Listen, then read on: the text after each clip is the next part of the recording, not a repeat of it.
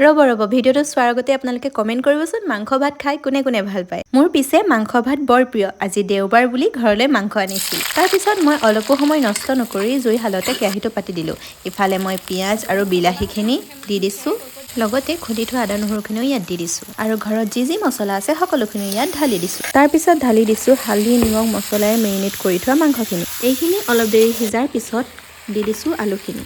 পিছে মই আপোনালোকলৈ কোনো ধৰণৰ ৰেচিপি দিয়া নাই দেই। মই ঘৰত যেনেকৈ নৰ্মেলি বনাওঁ মই তেনেকৈ আপোনালোকক অলপ দেখাবলৈ চেষ্টা কৰিলোঁ।